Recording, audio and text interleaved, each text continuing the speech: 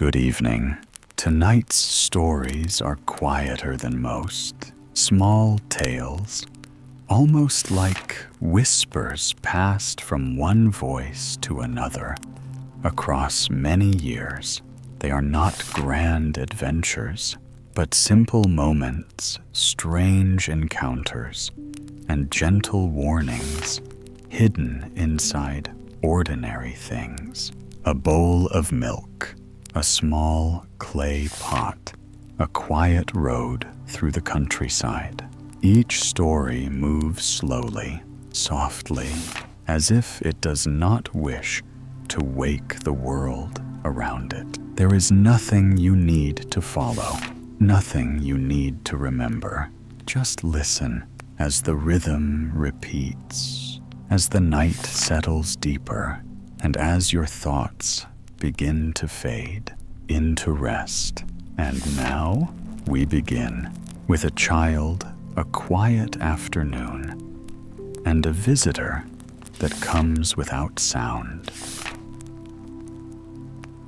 The two travelers, hill and vale, do not come together, but the children of men do good and bad.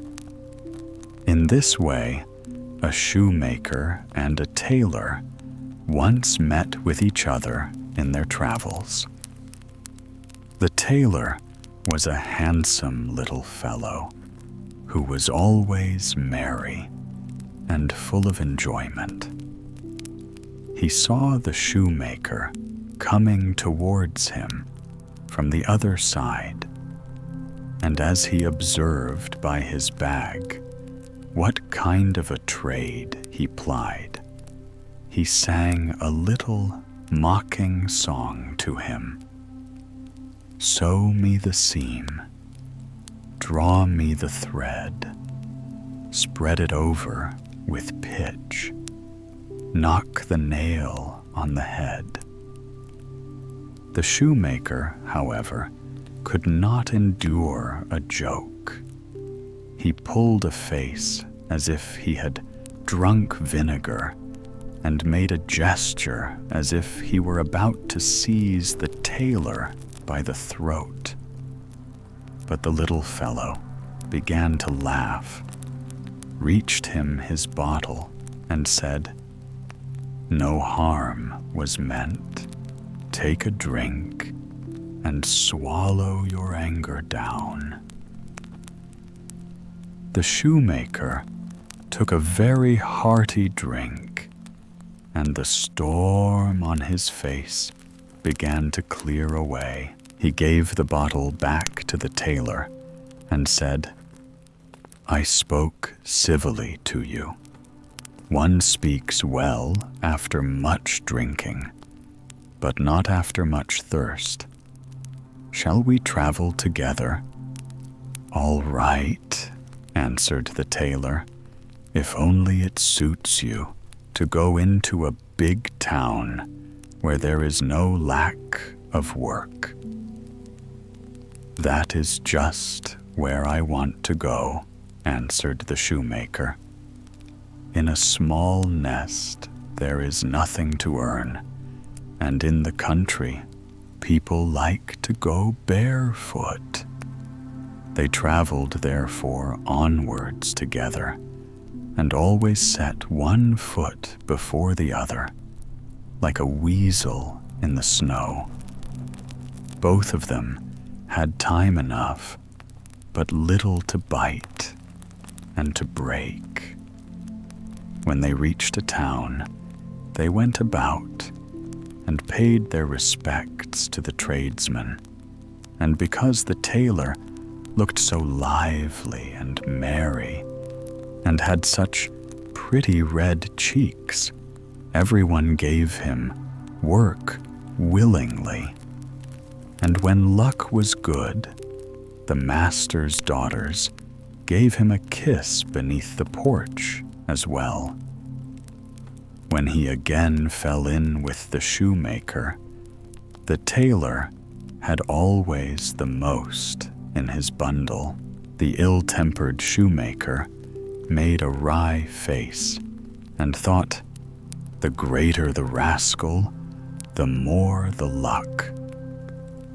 But the tailor began to laugh and to sing, and shared all he got with his comrade. If a couple of pence jingled in his pockets, he ordered good cheer, and thumped the table in his joy, till the glasses danced, and it was lightly, come lightly, go with him. When they had traveled for some time, they came to a great forest through which passed the road to the capital. 2 footpaths, however, led through it, one of which was a 7 days' journey, and the other only 2. But neither of the travelers knew which way was the short one. They seated themselves beneath an oak tree and took counsel together how they should forecast and for how many days they should provide themselves with bread. The shoemaker said, "One must look before one leaps. I will take with me bread for a week." "What?" said the tailor. "Drag bread for 7 days on one's back like a beast of burden, and not be able to look about. I shall trust in God, and not trouble myself about anything. The money I have in my pocket is as good in summer as in winter, but in hot weather, bread gets dry and moldy into the bargain. Even my coat does not go as far as it might. Besides, why should we not find the right way? Bread for 2 days, and that's enough." So each, therefore, bought his own bread, and then they tried their luck in the forest. It was as quiet there as in a church. No wind stirred, no brook murmured, no bird sang, and through the thickly leaved branches no sunbeam forced its way. The shoemaker spoke never a word. The heavy bread weighed down his back until the perspiration streamed down his cross and gloomy face. The tailor, however, was quite merry. He jumped about, whistled on a leaf, or sang a song, and thought to himself, "God in heaven must be pleased to see me so happy." This lasted 2 days, but on the 3rd, the forest would not come to an end, and the tailor had eaten up all his bread. So after all, his heart sank down a yard deeper. In the meantime, he did not lose courage, but relied on God and on his luck. On the 3rd day, he lay down in the evening, hungry, under a tree, and rose again next morning, hungry still.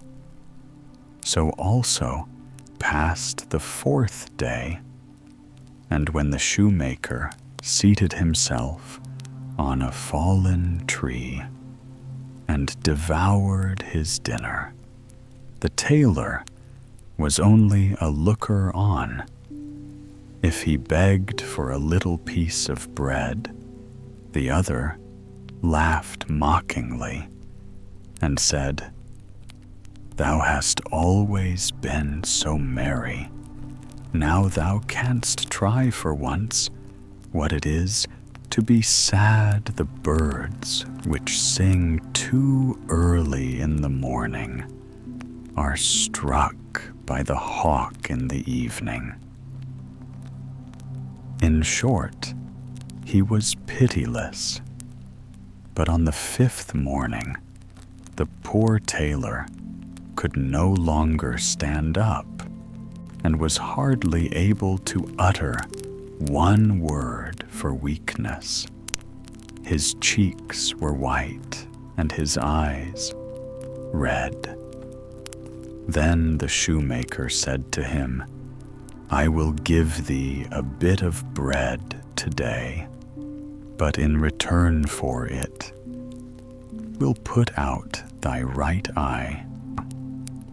The unhappy tailor, who still wished to save his life, could not do it in any other way. He wept once more with both eyes, and then held them out, and the shoemaker, who had a heart of stone, put out his right eye with a sharp knife. The tailor called to remembrance what his mother had formerly said to him when he had been eating secretly in the pantry. Eat what one can, and suffer what one must. When he had consumed his dearly bought bread, he got on his legs again, forgot his misery, and comforted himself with the thought that he could always see enough with one eye. But on the 6th day, hunger made itself felt again, and gnawed him almost to the heart.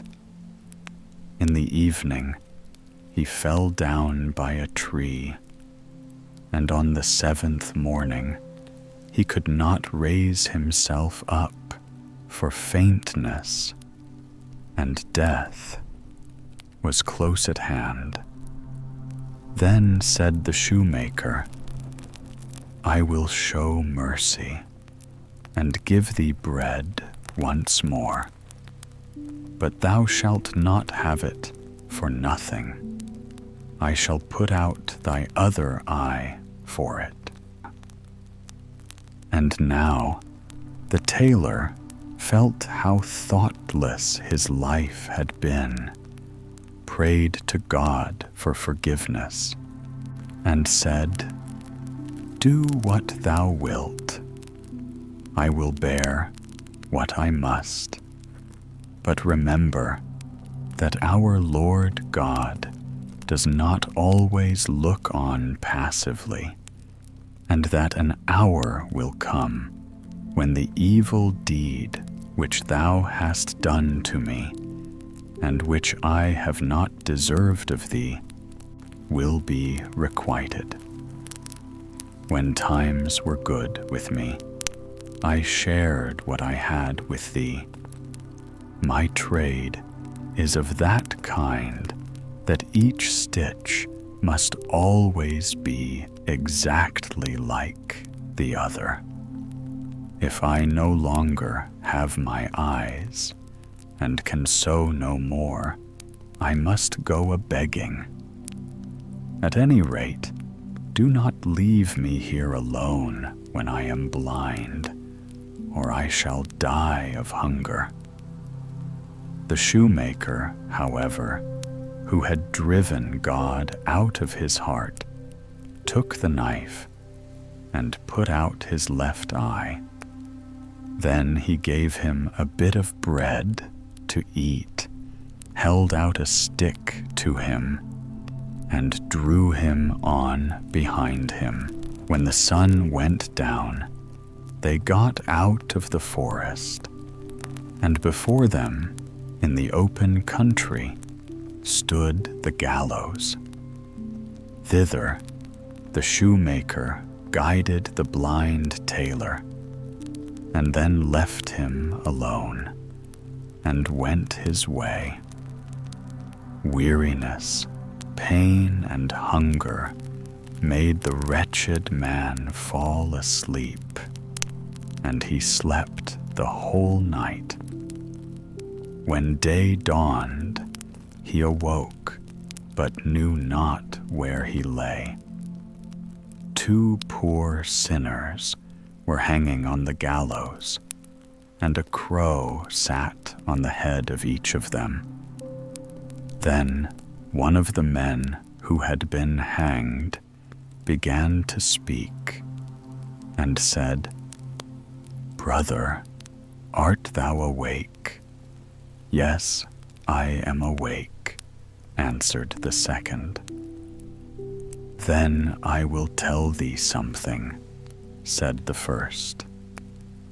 "The dew which this night has fallen down over us from the gallows gives everyone who washes himself with it his eyes again. If blind people did but know this, how many would regain their sight, who do not believe that to be possible?" When the tailor heard that, he took his pocket handkerchief, pressed it on the grass, and when it was moist with dew, washed the sockets of his eyes with it. Immediately was fulfilled what the man on the gallows had said, and a couple of healthy new eyes filled the sockets. It was not long before the tailor saw the sun rise behind the mountains.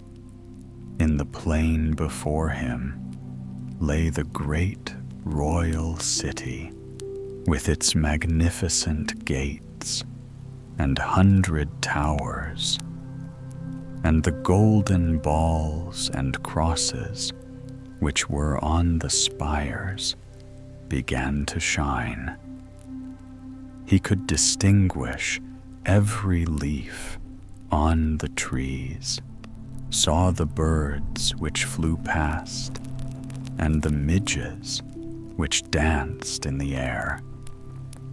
He took a needle out of his pocket, and as he could thread it as well as ever he had done, his heart danced with delight. He threw himself on his knees, thanked God for the mercy he had shown him, and said his morning prayer. He did not forget also to pray for the poor sinners who were hanging there, swinging against each other in the wind, like the pendulums of clocks. Then he took his bundle on his back, and soon forgot the pain of heart he had endured, and went on his way singing and whistling. The first thing he met was a brown foal running about the fields at large. He caught it by the mane and wanted to spring on it and ride into the town. The foal, however, begged to be set free. "I am still too young," it said. "Even a light tailor such as thou art would break my back in 2. Let me go till I have grown strong. A time may perhaps come when I may reward thee for it." "Run off," said the tailor. "I see thou art still a giddy thing." He gave it a touch with a switch over its back, whereupon it kicked up its hind legs for joy, leapt over hedges and ditches, and galloped away into the open country. But the little tailor had eaten nothing since the day before. "The sun, to be sure, fills my eyes," said he, "but the bread does not fill my mouth. The first thing that comes across me and is even half edible will have to suffer for it." In the meantime, a stork stepped solemnly over the meadow towards him. "Halt! Halt!" cried the tailor, and seized him by the leg. "I don't know if thou art good to eat or not, but my hunger leaves me no great choice. I must cut thy head off and roast thee." "Don't do that," replied the stork. "I am a sacred bird which brings mankind great profit, and no one does me an injury. Leave me my life, and I may do thee good in some other way." "Well, be off, cousin Longlegs," said the tailor. The stork rose up, let its long legs hang down, and flew gently away. "What's to be the end of this?" said the tailor to himself at last.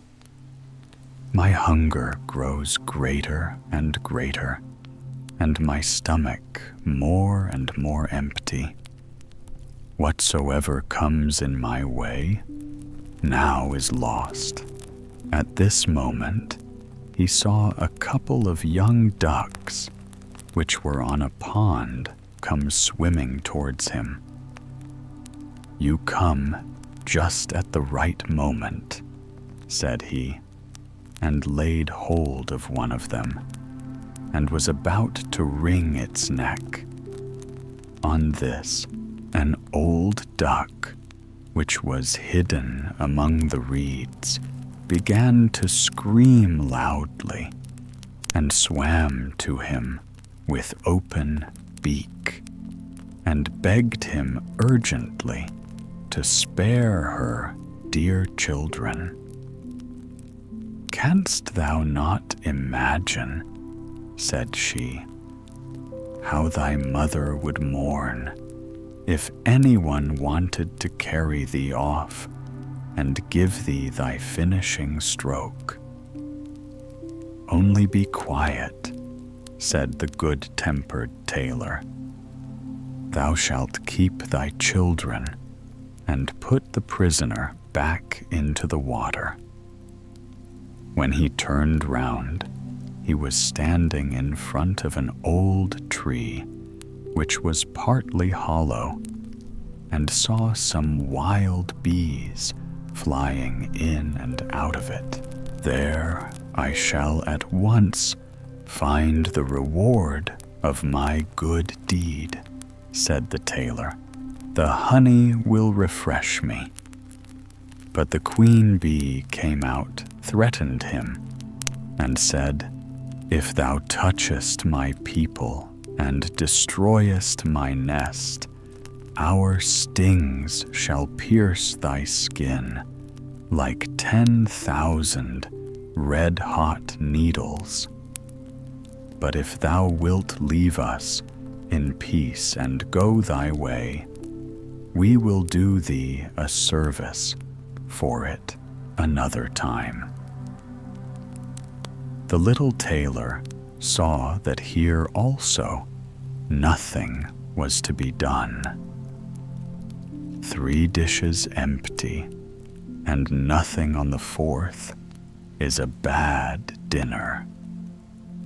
He dragged himself, therefore, with his starved-out stomach into the town, and as it was just striking 12, all was ready cooked for him in the inn, and he was able to sit down at once to dinner. When he was satisfied, he said, "Now I will get to work." He went round the town, sought a master, and soon found a good situation.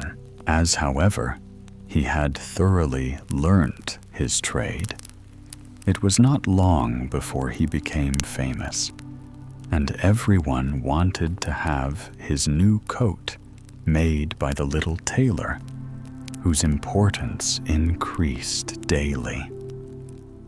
"I can go no further in skill," said he, "and yet things improve every day."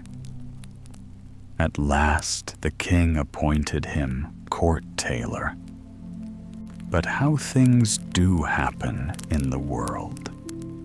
On the very same day, his former comrade, the shoemaker, also became court shoemaker. When the latter caught sight of the tailor and saw that he had once more 2 healthy eyes, his conscience troubled him. "Before he takes revenge on me," thought he to himself, "I must dig a pit for him." He, however, who digs a pit for another, falls into it himself. In the evening, when work was over and it had grown dusk, he stole to the king and said, "Lord King, the tailor is an arrogant fellow, and has boasted that he will get the gold crown back again, which was lost in ancient times." "That would please me very much," said the king, and he caused the tailor to be brought before him next morning, and ordered him to get the crown back again, or to leave the town forever. "Oh ho," thought the tailor, "a rogue gives more than he has got. If the surly king wants me to do what can be done by no one, I will not wait till morning, but will go out of the town at once today." He packed up his bundle, therefore, but when he was without the gate, he could not help being sorry to give up his good fortune and turn his back on the town in which all had gone so well with him. He came to the pond where he had made the acquaintance of the ducks. At that very moment, the old one whose young ones he had spared was sitting there by the shore, pluming herself with her beak. She knew him again instantly, and asked why he was hanging his head so. "Thou wilt not be surprised when thou hearest what has befallen me," replied the tailor, and told her his fate. "If that be all," said the duck, "we can help thee. The crown fell into the water and lies down below at the bottom. We will soon bring it up again for thee. In the meantime, just spread out thy handkerchief on the bank." She dived down with her 12 young ones, and in 5 minutes she was up again, and sat with the crown resting on her wings, and the 12 young ones were swimming round about, and had put their beaks under it and were helping to carry it. They swam to the shore and put the crown on the handkerchief. No one can imagine how magnificent the crown was. When the sun shone on it, it gleamed like 100,000 carbuncles. The tailor tied his handkerchief together by the four corners and carried it to the king, who was full of joy, and put a gold chain round the tailor's neck. When the shoemaker saw that one stroke had failed, he contrived a second, and went to the king and said, "Lord King, the tailor has become insolent again. He boasts that he will copy in wax the whole of the royal palace, with everything that pertains to it, loose or fast, inside and out." The king sent for the tailor and ordered him to copy in wax the whole of the royal palace, with everything that pertained to it, movable or immovable within and without. And if he did not succeed in doing this, or if so much as one nail on the wall were wanting, he should be imprisoned for his whole life underground. The tailor thought, "It gets worse and worse. No one can endure that," and threw his bundle on his back and went forth. When he came to the hollow tree, he sat down and hung his head. The bees came flying out, and the queen bee asked him if he had a stiff neck, since he held his head so awry. "Alas, something quite different weighs me down," and he told her what the king had demanded of him. The bees began to buzz and hum amongst themselves, and the queen bee said, "Just go home again, but come back tomorrow at this time, and bring a large sheet with you, and then all will be well." So he turned back again, but the bees flew to the royal palace, and straight into it, through the open windows, crept round about into every corner, and inspected everything most carefully.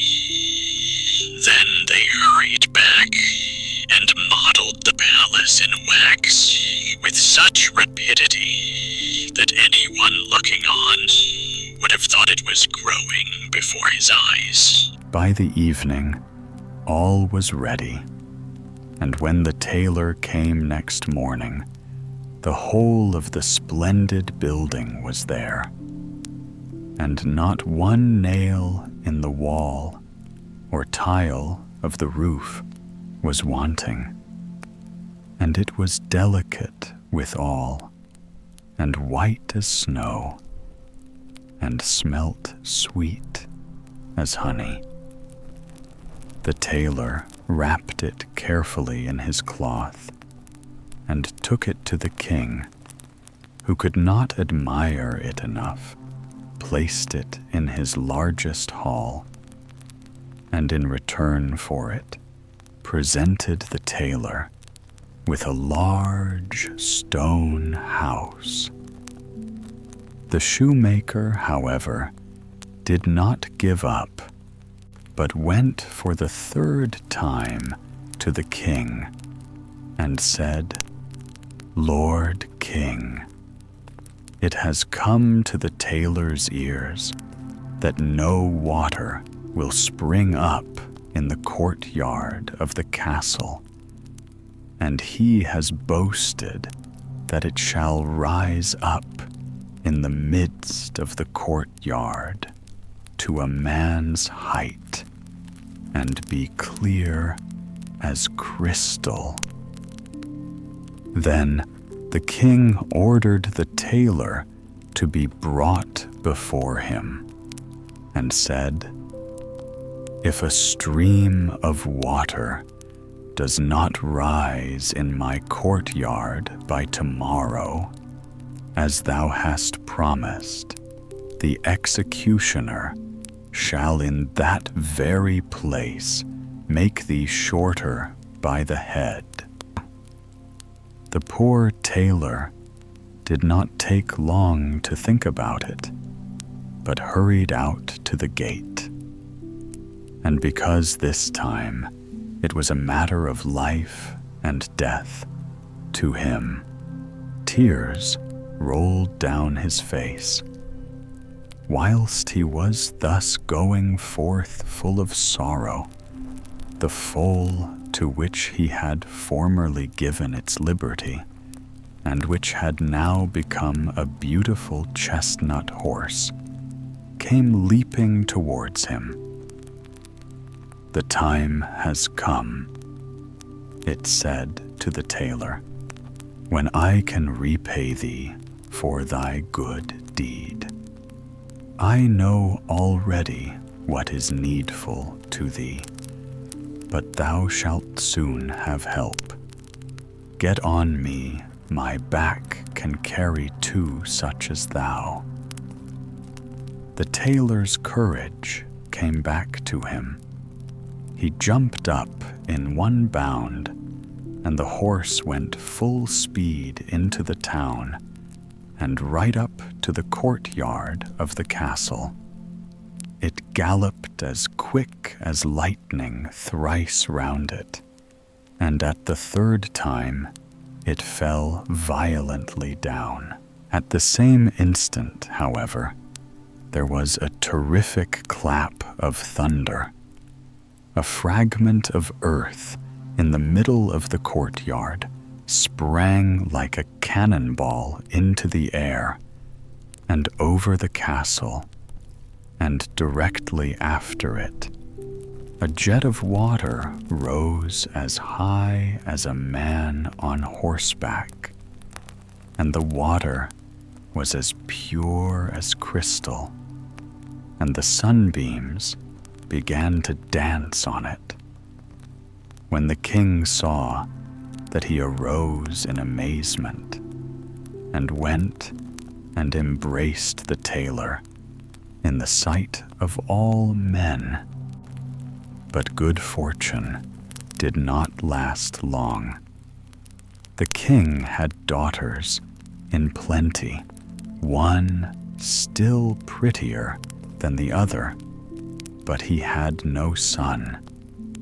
So the malicious shoemaker betook himself for the fourth time to the king and said, "Lord King, the tailor has not given up his arrogance.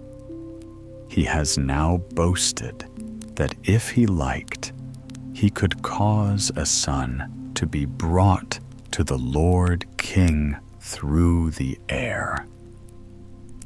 The king commanded the tailor to be summoned and said, "If thou causest a son to be brought to me within 9 days, thou shalt have my eldest daughter to wife."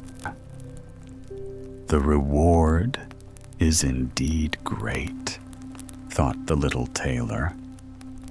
"One would willingly do something for it, but the cherries grow too high for me if I climb for them. The bough will break beneath me, and I shall fall." He went home, seated himself cross-legged on his work table and thought over what was to be done. "It can't be managed," cried he at last. "I will go away. After all, I can't live in peace here." He tied up his bundle and hurried away to the gate. When he got to the meadow, he perceived his old friend, the stork, who was walking backwards and forwards like a philosopher. Sometimes he stood still, took a frog into close consideration, and at length swallowed it down. The stork came to him and greeted him. "I see," he began, "that thou hast thy pack on thy back. Why art thou leaving the town?" The tailor told him what the king had required of him, and how he could not perform it, and lamented his misfortune. "Don't let thy hair grow gray about that," said the stork. "I will help thee out of thy difficulty. For a long time now, I have carried the children in swaddling clothes into the town. So for once in a way, I can fetch a little prince out of the well. Go home and be easy. In 9 days from this time, repair to the royal palace, and there will I come." The little tailor went home, and at the appointed time was at the castle. It was not long before the stork came flying thither and tapped at the window. The tailor opened it, and Cousin Longlegs came carefully in and walked with solemn steps over the smooth marble pavement. He had, moreover, a baby in his beak that was as lovely as an angel, and stretched out its little hands to the queen. The stork laid it in her lap, and she caressed it and kissed it, and was beside herself with delight. Before the stork flew away, he took his traveling bag off his back and handed it over to the queen. In it, there were little paper parcels with colored sweetmeats, and they were divided amongst the little princesses. The eldest, however, had none of them, but got the merry tailor for a husband. "It seems to me," said he, "just as if I had won the highest prize. My mother was if right. After all, she always said that whoever trusts in God and only has good luck can never fail."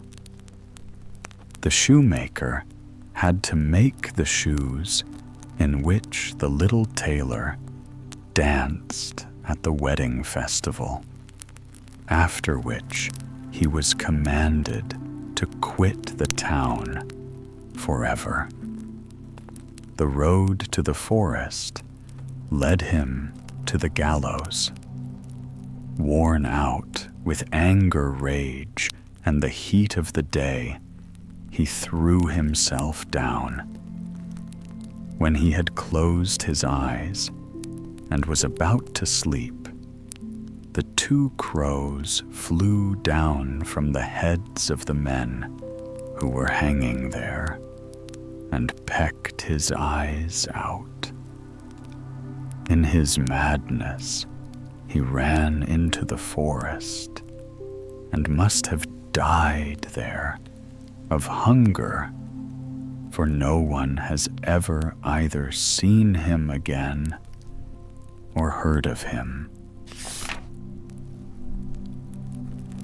Wise folks, once in a small thatched cottage on the edge of a broad meadow, lived a peasant and his wife. The man was plain and strong, with a back bent from years of labor, and in his hand he carried a stout hazel stick that had served him in many quarrels with beasts and men alike. One morning, he stood by the door, tapping that stick upon the floor, and spoke sternly to his wife. "Trina, I must go across the country and shall not return for 3 full days. While I am gone, keep your eyes open and your tongue sharper still. If the cattle dealer comes, and he may, and if he offers to buy our 3 cows, then you may strike a bargain. But remember this, not a single hoof shall leave the yard for less than 200 thalers. Do you hear me? 200, not 1 coin less." The woman folded her hands in her apron and said mildly, "Go in peace, husband. Heaven help me, I shall manage it well enough." But the peasant shook his head and muttered darkly, "You manage?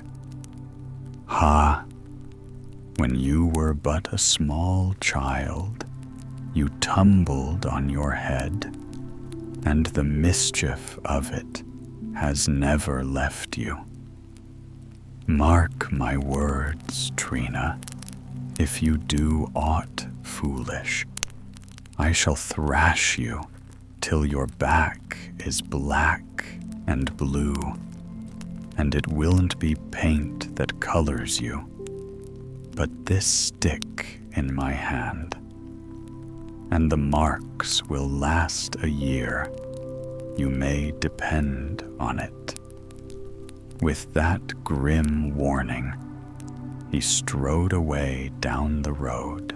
The very next morning, the cattle dealer appeared jingling his spurs and peering about with clever eyes.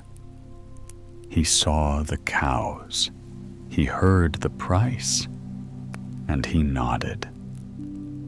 200 thalers. A fair bargain, madam. Indeed they are worth it, and I shall not haggle. I will take them this very moment." He loosed their chains and drove them out. But just as he reached the gate, the peasant's wife seized him by the sleeve. "Nay, master dealer, the money first. Give me the 200 thalers now, or the cows stay where they are." "True enough," said he, smiting his forehead.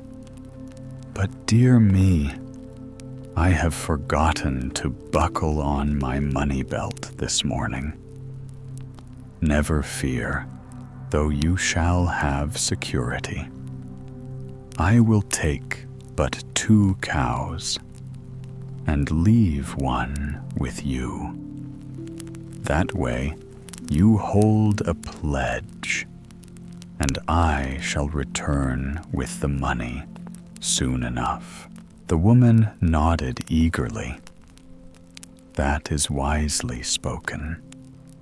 Go then, and Hans will praise me for my cleverness. I have even kept the smallest cow, the one that eats least." And so she watched him drive away, the best of the herd. On the third day, the peasant came home. Well then, he cried as soon as he entered, "Are the cows sold?" "Yes, indeed, dear," Hans said Trina with a smile. 200 thalers, just as you commanded." The man did not so much as raise an objection. "And where is the money?" "Oh, the money." He had forgotten his belt, poor soul. "But he will soon return, for he left good security behind." "What security?" "One cow," said she proudly, "and I kept the smallest." Was that not cunning? At this, Hans's face turned red as fire. He raised his stick high, meaning to keep his promise, and beat her soundly. Yet at the last moment, he let it fall, groaning aloud. "Woman, you are the greatest goose that ever waddled on God's earth. But listen well, I will not strike you this day. Instead, I shall walk the highways for 3 days. If in that time I find a soul more foolish than you, then you go free. If not, then prepare your back for the reward you have earned." So Hans went forth, seated himself upon a great stone by the roadside, and waited. Before long, he spied a cart rolling toward him, drawn by oxen, and a woman stood upright in the cart, swaying back and forth, though there was straw beside her to sit upon. "Here comes folly itself," thought Hans, and he leapt up, running before the cart like a madman. "What do you seek, good fellow?" called the woman. "I know you not. Whence come you?" "I have fallen straight from heaven," answered Hans solemnly. "And alas, I know not the way back. Could you perhaps drive me up again?"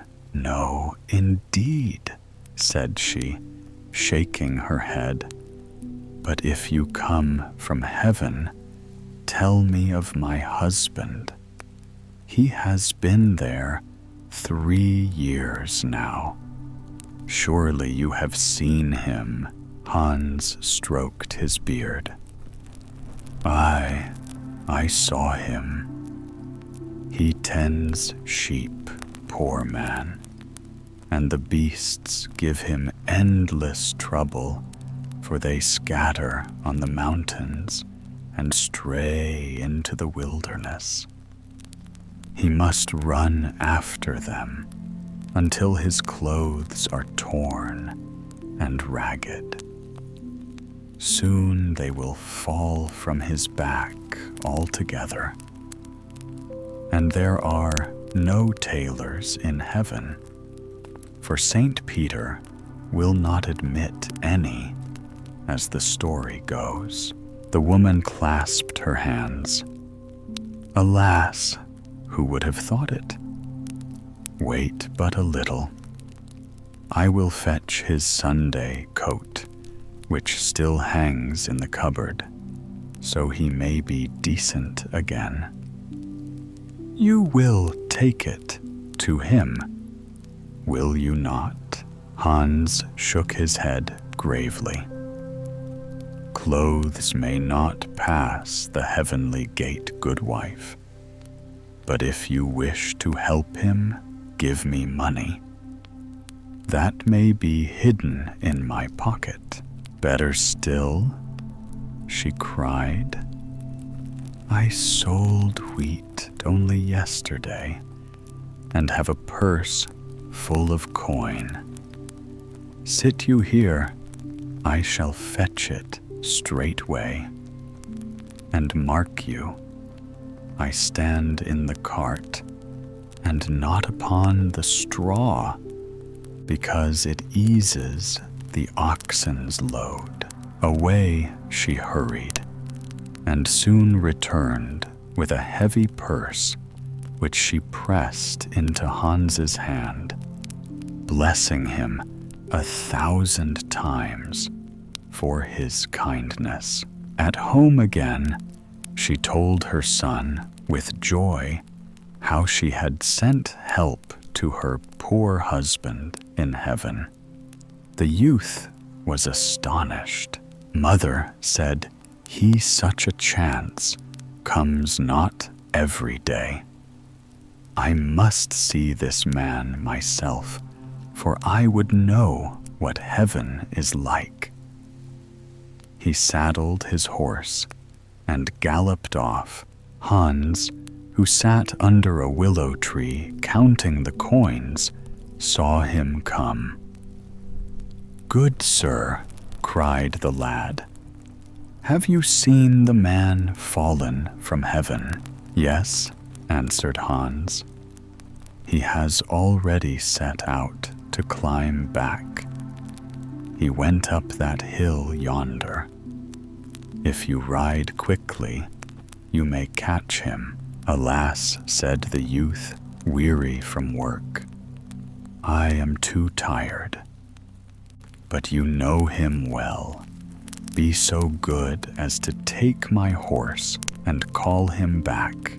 Hans chuckled to himself. Another witless soul. Why should I not oblige? He mounted the horse, spurred it into a trot, and vanished. The youth sat waiting till the shadows grew long, but Hans never returned. At last he said, no doubt the heavenly man was in haste, and took the horse to my father for his comfort. So he went home on foot and told his mother the tale. She nodded proudly. Well done, my son. Thy father shall ride while thou canst walk on younger legs. When Hans returned at last to his cottage, he put the horse in the stable beside the single cow. Then he entered, laid aside his stick, and said with a laugh, Trina, fortune has smiled on you. I have found not one, but two who are greater fools than you. This time you are spared a beating, though I may keep it in store for another day. And look here, we have gained a fat horse and a purse full of money in exchange for 2 lean cows. If folly always paid so richly, I should honor it as a trade worth keeping. And so he sat in his grandfather's chair, lit his pipe, and smoked in peace, while his wife looked on, still half proud of her own cleverness. But whether you prefer Hans's cunning or the simplicity of the foolish folk, well, that must be left to your own heart to decide. The Poor Miller's Boy and the Cat. In a quiet valley, by the bend of a restless stream, there stood a weathered mill of gray stone. Within its walls lived an aged miller, a man who had seen many summers and winters pass over his head, yet who had never known wife nor child to inherit his work. Instead, 3 apprentices served beneath him, and for many years they turned the heavy wheels, ground the corn, and bore the burdens of the house. At length, the miller, grown stiff in his limbs and weary of toil, spoke thus to his lads, "Children, I am old, and the day comes when I would rather rest by the chimney than carry sacks to the loft. One of you must take my mill, yet he who shall have it must also promise to care for me in my declining days. To decide the matter fairly, go out into the wide world. Whosoever brings back to me the finest horse, to him will I give the mill, and in return he shall keep me till death calls me." Now among the 3 was the youngest Hans, who was but the drudge of the house. The others scornfully called him Stupid Hans, for he was slow of tongue and simple in manner. They grudged him any good fortune, and least of all the mill. Still the 3 set forth together. When they came to the village, the elder 2 mocked Hans cruelly.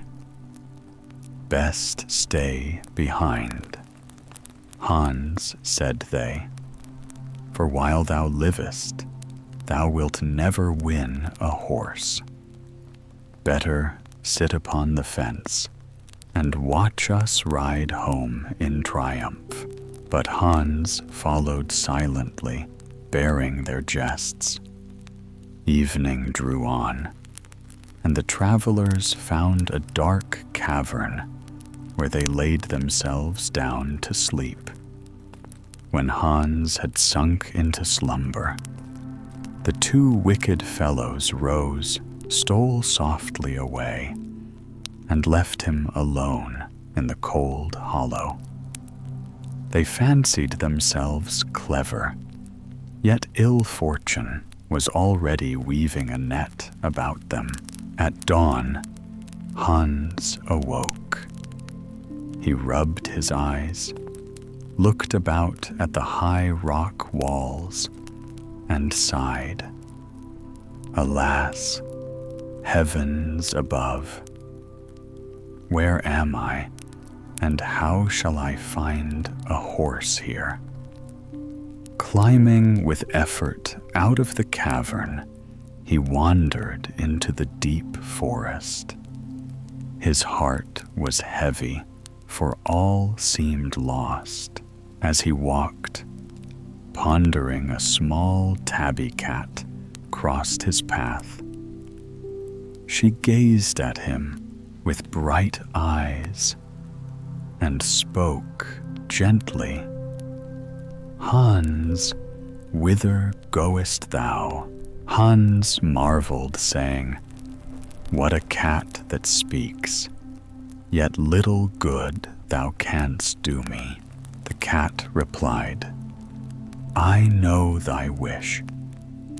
Thou wouldst gain a horse fairer than any thou hast ever beheld.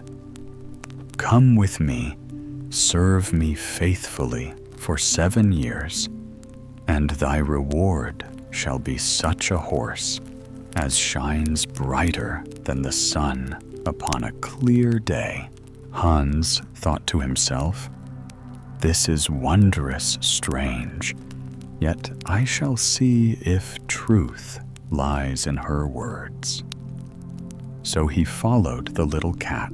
She led him to a castle unlike any he had seen before, where the halls rang not with human voices, but with the patter and mewing of countless cats. They were her servants, and they leapt upstairs and down swift and merry, their tails high like banners.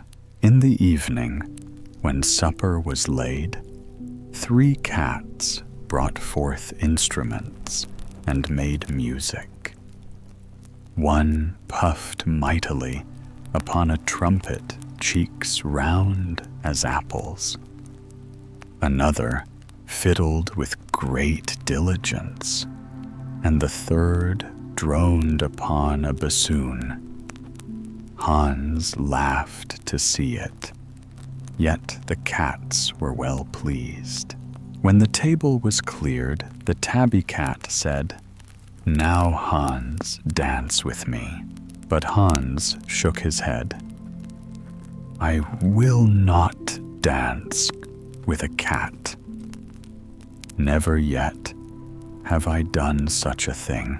"Then take him to bed," said she. So her servants lit him to his chamber. One drew off his shoes, another his stockings, a third pulled the coverlet, and the last leapt to the candle and puffed it out. Morning came, and again the cats waited upon him. One brought stockings, another shoes, another washed him, and one even dried his face with her soft tail. "That feels gentle indeed," thought Hans, "yet he must labor." The cat set him to chop wood, and gave him an eye of silver, a wedge, and saw of silver, and a mallet of copper. He worked faithfully, and though he wondered each day when his horse should come, he spoke not. At another time, she bade him mow her meadow. She gave him a scythe of silver and a whetstone of gold, commanding him to return them carefully. Hans mowed the grass, dried it, and carried it home. Still he asked, "Mistress Cat, is it time for my reward?" "Not yet," said she. "First build me a small house. Here are tools, all of silver, plain and square. Use them well." So Hans built the little house, and when it was done, years had passed as though they were but months. 7 years slipped by like half a year's dream. Then at last the cat said, "Hans, thou hast served me well. Wouldst thou see my horses?" She led him to the little house, opened the door, and behold, 12 horses stood within their coats, bright as polished glass, their manes flowing like golden silk. Hans's heart leapt at the sight. The cat gave him food and drink, and said, "Now go home. Thy horse I will bring to thee in 3 days' time." So Hans returned to the mill. Yet in all those years, no new garment had he been given. He still wore the old smock frock, now too small and tattered. The other apprentices were already come back, each leading a horse, one blind, the other lame. They mocked Hans, asking, "Where is thine? It will follow in 3 days," said he. They laughed the louder. The miller, ashamed of Hans's rags, bade him eat outside, not at the table. At night, the others denied him a bed, so he crept into the goose house and lay upon hard straw. On the 3rd morning, rumbling wheels were heard. A splendid coach came drawn by 6 shining horses, and behind was led a 7th fairer than any steed the miller had ever seen. From the coach stepped a noble princess arrayed in jewels, and lo, she was none other than the little tabby cat. "Where is the miller's boy?" "The drudge?" she asked. "In the goose house," answered the miller, "for he is too ragged to sit within." But the princess commanded, and Hans was brought forth, holding his torn frock together, for shame. The servants washed him, dressed him in garments rich as a king's, and he shone more handsome than either of his fellows. The princess looked at the other apprentices' wretched beasts, then pointed to the 7th horse. "This belongs to Hans, thy faithful boy," said she. The miller, astonished, declared, "Then Hans must have the mill, as I promised." But the princess replied, "The horse is his, yet let him keep the mill also, for he shall dwell not here, but with me." So she set Hans beside her in the coach, and they drove first to the little house he had built. Lo, it had become a shining castle, its halls filled with silver and gold. There she made him her husband, and together they lived in great riches and honor. And from that time forth, none dared say that a simple or foolish lad might not rise to greatness if only he prove faithful and true.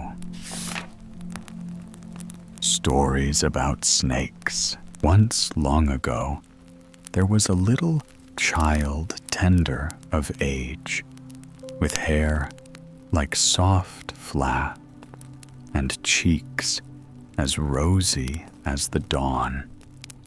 Each afternoon, when the day had passed its hottest hour, and the shadows of the house stretched long upon the ground, the mother would bring forth for her little one a small earthen bowl.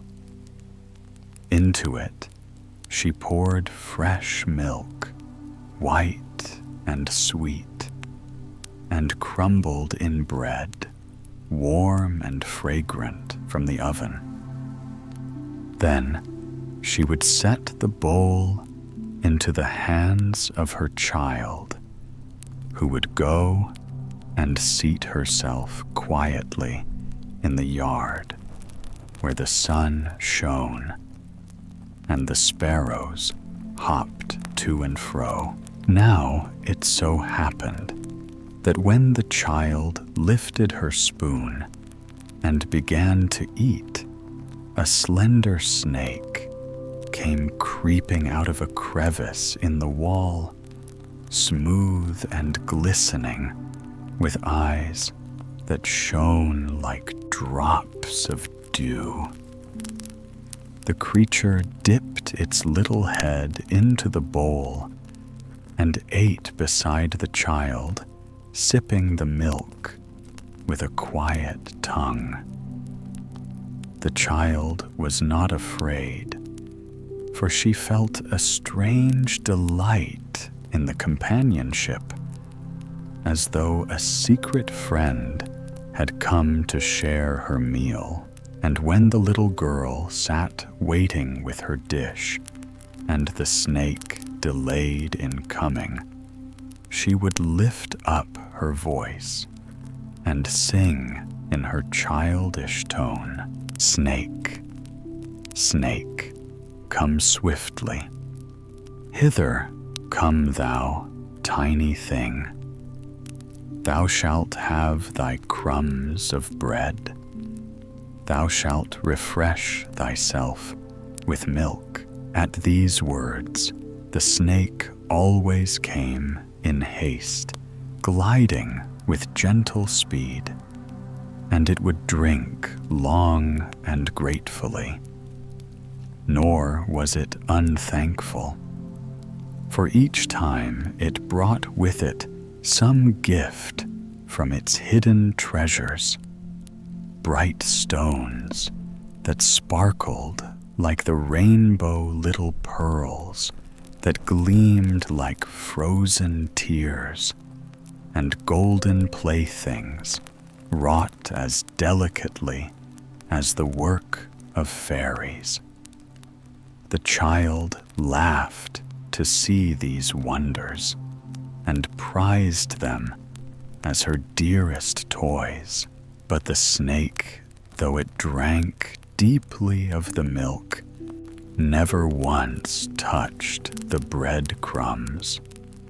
One day, when the sun shone kindly and the child was merry of heart, she took her little spoon and, striking the snake gently upon its head, said, "Eat the breadcrumbs as well, little thing, for they are good." Now the mother was standing in the kitchen, and through the open door she heard the child speaking words to one unseen. Wondering, she came forth, and behold, she saw her darling, with the snake striking it lightly with her spoon. At this, her heart was seized with fear, and she thought only of harm. She snatched a log of wood from beside the hearth, ran out in haste, and with one blow killed the gentle creature. From that hour forth, a change came over the child. So long as the snake had eaten with her, she had thriven like a young tree. In springtime, her limbs had grown strong, her cheeks glowed with rosy health, and her eyes shone bright. But now the bloom faded. Day by day she grew paler, weaker, and thinner, until she wasted like a candle that burns low. It was not long before, in the silence of the night, the funeral bird raised its mournful cry, and the redbreast gathered little twigs and leaves to weave a garland for the dead. Soon after, the child lay upon her bier, and the house was filled with sorrow. The second tale. There was once an orphan child poor and lonely, who earned her bread by spinning flax upon the town walls. One quiet afternoon, as she turned her wheel and the threads slipped through her fingers, she spied a snake gliding out from a hole low in the stones. The creature shone in the sunlight and moved with silent grace. The maiden who had heard old tales of the ways of serpents swiftly spread out beside the hole one of her blue silk kerchiefs, for it is well known that snakes take delight in such cloth, and will creep only upon it, as though enchanted by its sheen. As soon as the snake beheld the silken square, it paused, turned back into the darkness, and after a short while returned. In its mouth it bore a tiny golden crown, wrought with the finest filigree, delicate as spider's lace. The snake laid this treasure upon the kerchief, and then slipped away again into its stony passage. The girl lifted the crown, and it glittered with a fair light in her hand. She marveled at it, for never had she seen such work. It seemed as though it must belong to a king among serpents, or perhaps to some hidden treasure of the earth itself. Not long after, the snake returned a second time, but when it came and saw that the crown was gone, it raised itself upon the wall. Then, filled with grief, it smote its little head again and again upon the hard stone until it could no longer stir, and at last lay there lifeless. And thus was the treasure lost to both.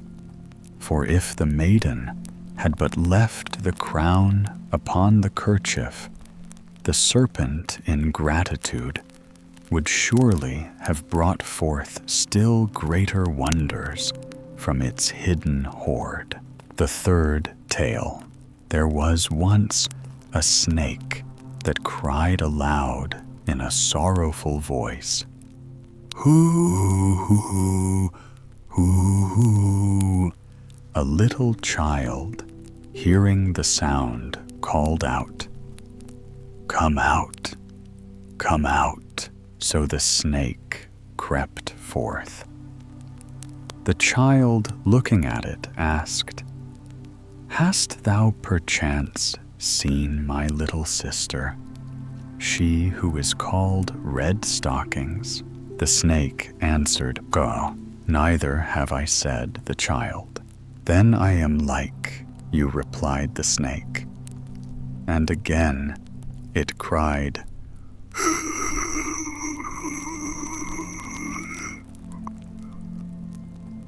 until its voice faded into silence. Sweet Porridge. Once in a humble village, hemmed in by dark woods and wild meadows, there lived a poor but gentle girl with her widowed mother. Their cottage was small, their hearth cold, and their pantry bare, for fortune had long turned her face from them. Day by day, their bread grew thinner, their bones sharper, and their voices weaker from want. Yet the child never ceased to comfort her mother with kind words and hopeful glances, though her own stomach cried with hunger. One gray morning, when their cupboard held nothing but dust and their strength was nearly gone, the girl resolved to wander into the forest in search of roots, berries, or any scrap that might keep them alive a little longer. The trees stood tall and solemn, as if guarding secrets of the earth. She walked deeper and deeper until her feet ached and her courage nearly failed her. Then, as if out of mist, there appeared before her an aged woman, wrapped in a cloak the color of autumn leaves. Her eyes, though dimmed by years, shone with a knowing light, as if she could see into the very heart of the child. She asked softly, "Why do you walk with such sorrow, little one?" And the girl, being honest and without guile, told of their empty larder and of her mother, who sat weary and faint at home.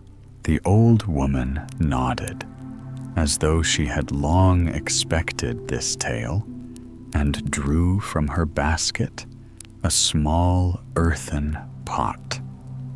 It looked ordinary, no finer than the humblest cooking vessel. Yet the woman spoke to it as one might speak to a friend. "Cook, little pot, cook," she whispered, and at once from its hollow rose steam, and with bubbled porridge, golden sweet and fragrant. When she had shown the marvel, she spoke again. "Stop, little pot." And at once the bubbling ceased, leaving the vessel brimming, but no longer spilling. She placed the pot into the girl's hands and said, "Take this gift to your mother. So long as you remember the words, neither of you shall ever know hunger again." And before the child could thank her, the woman vanished among the trees like smoke carried by the wind. The girl hastened home, and when she cried, "Cook, little pot, cook," the vessel obeyed, filling the cottage with warmth and the sweet scent of porridge. She and her mother ate until their hunger was gone, and tears of joy filled their eyes. From that day forward, they were delivered from want, for whenever need arose, the pot provided, and with a word it rested. Their lives, once shadowed by hunger, were now brightened with plenty. Yet it happened one day that the girl went abroad to visit a neighbor, leaving her mother alone.